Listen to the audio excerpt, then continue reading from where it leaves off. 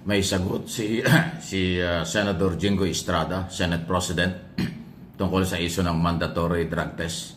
Pakinggan mo ba ninyo bago ko ipaliwanag kung bakit siya sumagot ng ganyan. At mayroong senador na tinamaan dito. Mukhang kulang sa kaalaman yung ibang senador. Pakinggan po niyo ito. You know, there is a Supreme Court ruling na bawal ang mandatory drug test. I think sa 2008 Supreme Court ruling na bawal ang mandatory drug test. Pwedeng random or voluntary. So, ako kahit ngayon pa-drug test nila ako. Walang problema sa akin. Hindi naman. Kung talagang kakailanganin, I will ask them to voluntarily take the drug test. Ayan, oh. So malinaw yan. Senador Robin Padilla, sana nakikinig po kayo. Sana nagkukonsulta naman kayo. Sana nag-research kayo. Kasi, ganito, sabi ni Senador Jingo Estrada, although alam ko yan, kaya pinarinig ko lang sa inyo, baka sabihin nyo, gayabang tayo. Talagang matagal na po yung ruling ng Supreme Court, bawal ang mandatory. Kasi yung mandatory, parang ang lalabas dyan, parang lumalabag sa karapatang pantao. Kaya sabi ng Supreme Court, dahan-dahan, hindi pwede yun. Huwag niyong obligahin.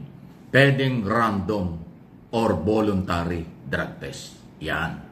Kasi iba yun eh. Pag random, sabihin, policy lang, sige, sumunod ka. Voluntary, mag-volunteer ka. Pero mandatory, iba. Ang mandatory kasi sa pilitan. Ang mandatory, pilitan. So, hindi pwede yun kasi human rights violation. Ito kasi si Robin Padilla sumausaw sa issue. Para bang nagmagaling sa kabila ng kanyang staff. Ang di umano'y nagmariwana, si Nadia Montenegro, kanyang political officer, ang nagmariwana umano sa CR ng Senado. Kaya naging controversial itong issue. Yung institusyon, yung Senado, ginawang hit-hita ng marijuana. At yung staff ni Senator Padilla ang nababanggit dyan. Dahil dyan, nag-overacting itong Padilla. Sige, laban ako dyan. Mandatory drug test tayo lahat, hindi lang sa Senado. Lahat na. Wow. May ruling Supreme Court. Ano ba naman, Padilla? Wala bang abogado ito si Padilla? Wala pang nag-research sa opisina mo. Alam na ng maraming Pilipino na hindi pwede ang mandatory. Random at saka voluntary lang ang pwede. Kaya ayan, sinabihan katuloy ni Senator Jinggoy. Hindi pwede yan. May ruling ng Supreme Court. Sumunod tayo doon. Kaagad-agad. Forthwith, sumunod tayo kaagad. Di ba? So, nag-overacting itong actor-politician na si Robin Padilla. Nagmagaling kaagad. Lahat tayo. Obligasyon, magpa-drug test. Ay, hindi pwede. Volunteer lang. Total, yan lang naman sa Senado, nagkaroon ng ganyan eh. Na mataas na posisyon, mataas na opisina, karespeto, dapat na opisina, tapos may nagmamariwana. So, kayo dyan, dapat kayo mag-voluntary lahat. From janitor to Senate President. Drug test. Random. Ang random drug test ay pinangunahan at hamon ni Tito Soto kasi alam ni Tito Soto na yun lang ang dapat gawin. Hindi pwede ang mandatory.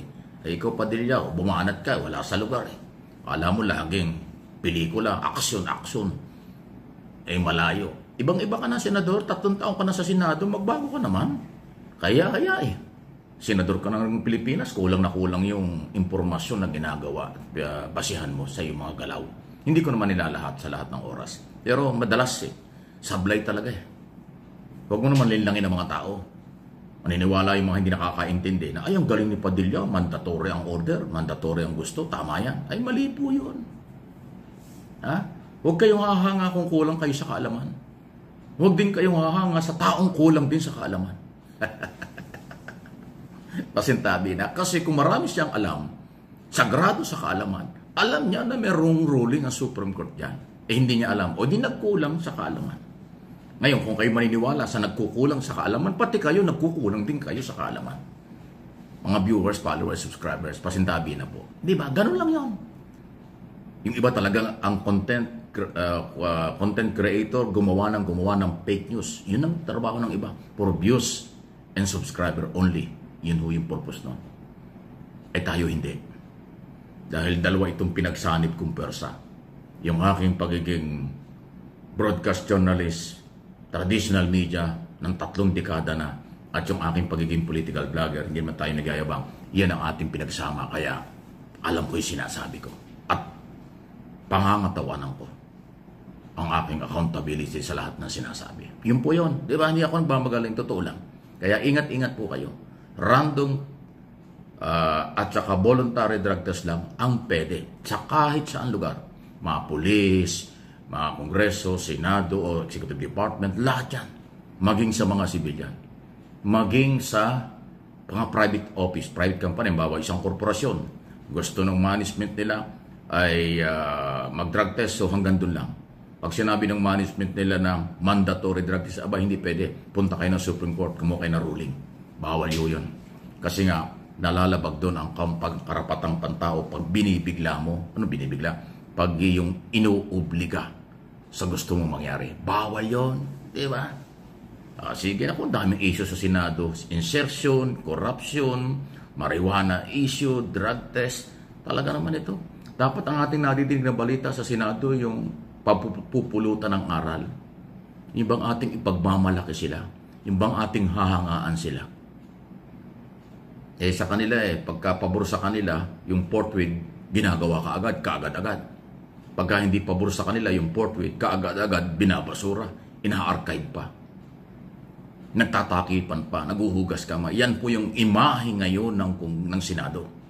May senador na sablay ng kananang kana, sablay naman. Mga kapwa senador din na nagtatama sa kanila. Meron pa nga senador dyan, ang pakilala, senador ng iisang pamilya, hindi senador ng Republika ng Pilipinas. Ang nakakita ng ganun. Pag senador ka, dapat senador ka ng buong bansa. Sila nagpapakilala pang, Duterte 7 kami. Duterte senador kami. Sunugin mo man ako, amoy Duterte ako. Oh my God. Nasaan ang utak nyo? Kaya nga po, yun ang nakakalungkot, Sir Mike. Lumalabas na po ang katotohanan na napaka-incompetent at wala po talagang kautak-utak etong si Robin Padilla. Di natin alam kung hindi ba siya kumuha ng advice mula sa kanyang batteries of lawyer. Di ba? Kasi ganun siya, di ba? Kapag nakikipagdebate siya, meron siyang mga lawyer dito sa gilid, may mga coach. Dito ba sa kanyang panukalang batas, hindi ba niya naisip na kailangan niyang kumuha ng opinyon mula sa kanyang mga abogado at kanya pong isusulong ito agad-agad? Diyos ko, kapag ganyang universal, di ba? Hindi nga daw po pwede. Actually, ang isa sa mga nagsabi niyan, si Panfilo Lacson yata. Di ba? Gusto mo ng universal drug test, pero bakit hanggang ngayon hindi pa rin nagpapa-drug test si Robin Padilla? Di ba merong random drug test ang ating Senado?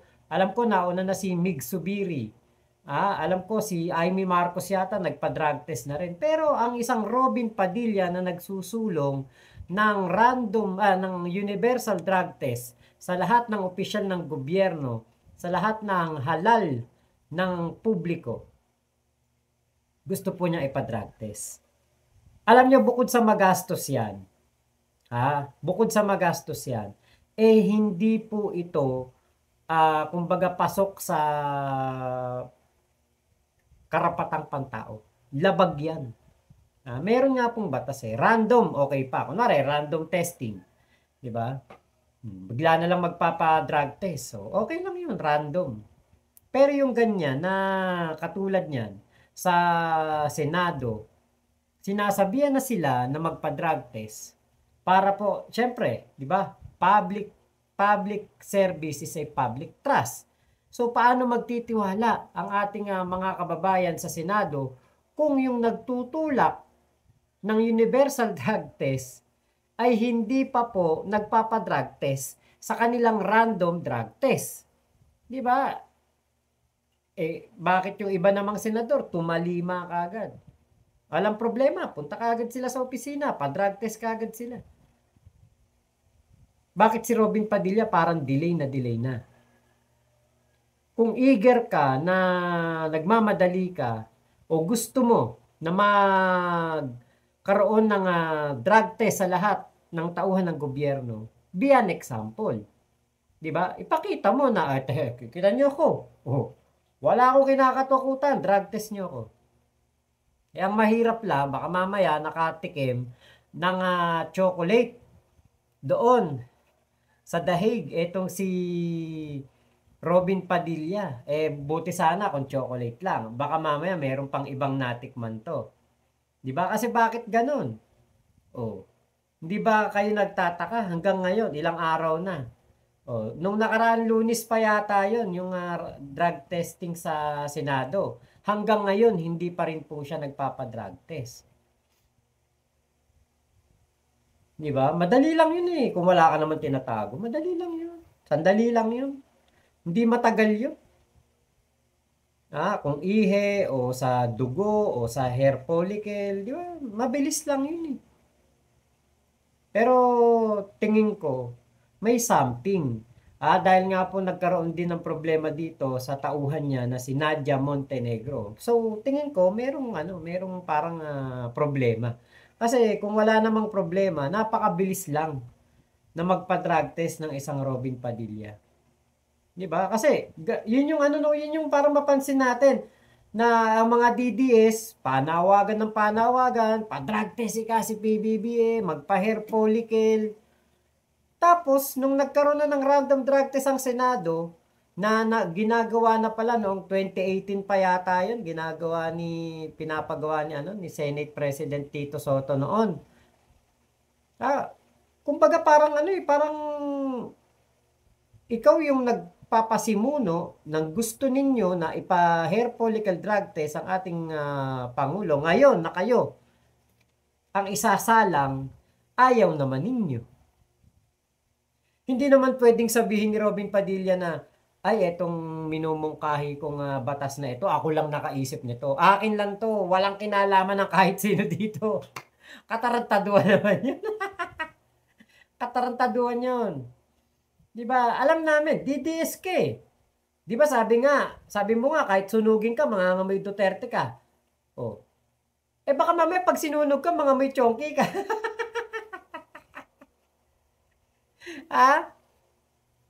Diba, imposible naman yun na ikaw, gustong-gusto ninyo.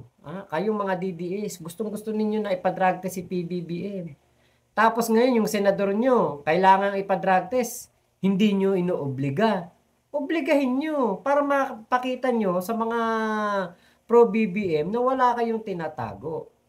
Diba, baka masuportahan pa ang inyong batas. Kaya lang mukhang hindi lulusot kasi palpak eh.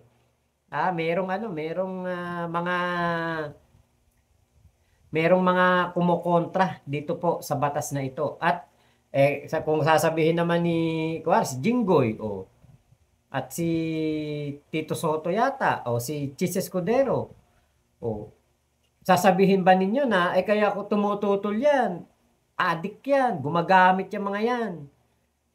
Imposible naman yun. Tito Soto gagamit. Chis Escudero gagamit.